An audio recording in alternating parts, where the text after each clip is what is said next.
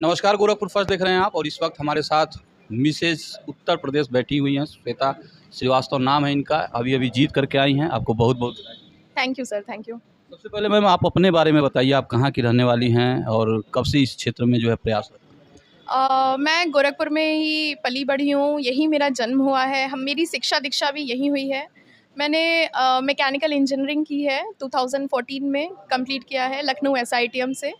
And उसके बाद फिर मैंने जॉब भी किया और थोड़ा-सा मेरे घर में गवर्नमेंट जॉब, हालाँकि ये पूरे सिर्फ घर की मैं बात नहीं कर रही हूँ, ये यूपी की मेंटालिटी है कि अरे भाई लड़का सरकारी नौकरी का होना चाहिए, यहाँ आपको भी जॉब करनी है तो सरकारी नौकरी करनी चाहिए, गवर्नमेंट जॉब। तो मैंने फिर बीटेक के बाद मेरा जो कैंपस सिलेक्शन हुआ था टीसीएस में, मैंने उसको स्विच किया और मैंने ईएस की तैयारी करी मेडिजी नोएडा से। और उसके बाद मैंने जॉब करी 3 साल जॉब के बाद फिर मैंने उसे स्विच करके फिर एमबीए किया Madan Mohan Malviya university of technology यहीं गोरखपुर से। और जब मैं सेकेंड ईयर में ही थी तभी मेरी शादी हो गई। एमबीए सेकेंड ईयर में थी तो मेरी शादी हो गई एंड फिर वही सरकारी नौकरी वाले जी, जी। मेरे हस्बैंड रेलवे में हैं जी, गवर्नमेंट जॉब में हैं। और फिर मैंने भी चूँकि आगे मेरा बेबी हो गया तो फिर मैंने भी अपनी जॉब स्विच कर दी और अभी फ़िलहाल मैं अपने घर को, परिवार को और बच्चे में ही अपने आप को संलग्न की हुई हूँ। अच्छा, इस प्रतियोगिता के जीतने के लिए आपका सफ़र कितना संघर्षमय रहा? संघर्षमय तो सर बहुत रहा, क्योंकि ये भले ही मेरा प्रोफ़ेशन नहीं था बट कहीं न कहीं एक पैशन, जो कहते हैं ना बचपन से एक चाहत होती है, हाँ, टीवी देखना, टीवी में अच्छा वो एक्ट्रेस ऐसी दिख रही है, चलो मैं भी ऐसे दिखूँ, ऐसे करूँ। शीशे के सामने खड़े होके फिर अपने आप को वॉक करना, एज़ अ मॉडल वॉक करना। तो एक चाहत तो बचपन से थी, जो 9 एएम मंच के द्वारा मुझे खुद को ये अवसर मिला कि हाँ, वहाँ पे मैं गई और एज़ अ मॉडल वहाँ पे वॉक करना। हालाँकि इन लोगों ने हमें 2 दिन की ग्रूमिंग दी कि मैम आपको ऐसे इंट्रोडक्शन देना होगा, ऐसे चलना होगा, ऐसे करना होगा, सारी चीज़ें वहाँ पर बताई गई। और ग्रैंड फिनाले हुआ, फिर हम 25 मिसेज़ में थे और 25 मिस में थे। तो फिर उनके बीच ये कुल एक कितने प्रतियोगी थे? टोटल 50 थे, 25-25 में। तो जो मिस थे, मिस यूपी, उसमें 25 कैंडिडेट थे और कंटेस्टेंट थे और 25 कंटेस्टेंट मिसेस यूपी में थे।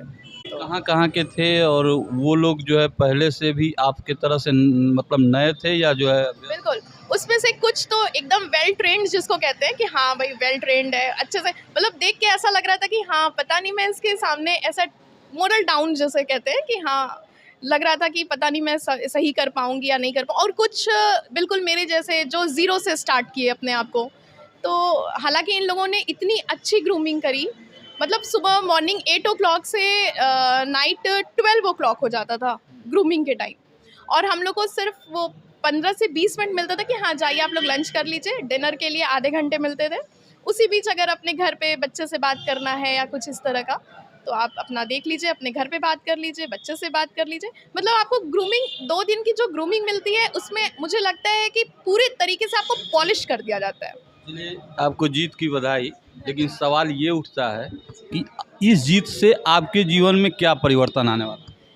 सर, इस जीत से सबसे पहले तो मैं ये बताऊँगी कि मैं जितने बोल्डली यहाँ पर आप लोगों के सामने बोल ले रही हूँ, आपको लग रहा होगा कि मेरा कॉन्फिडेंस लेवल थोड़ा बढ़ा होगा।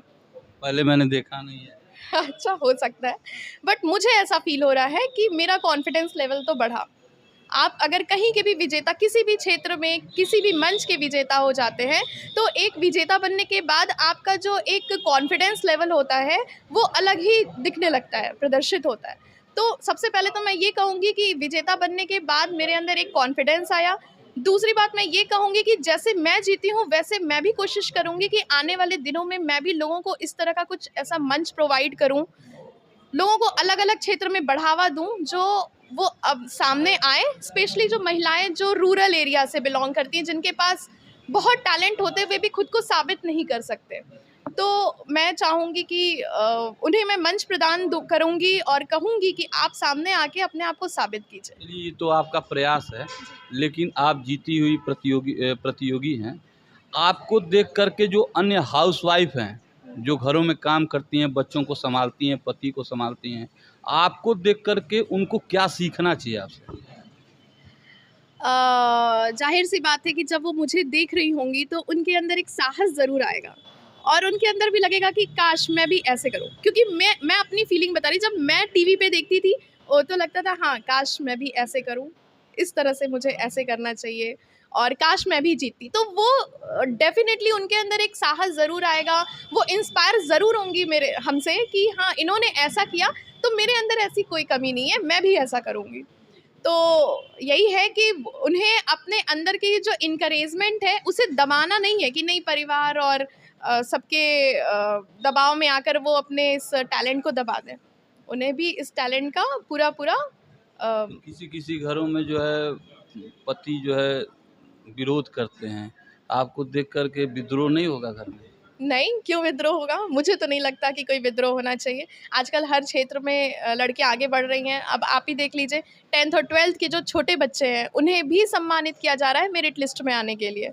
हिंदुस्तान कर रहा है, दैनिक जागरण कर रहा है।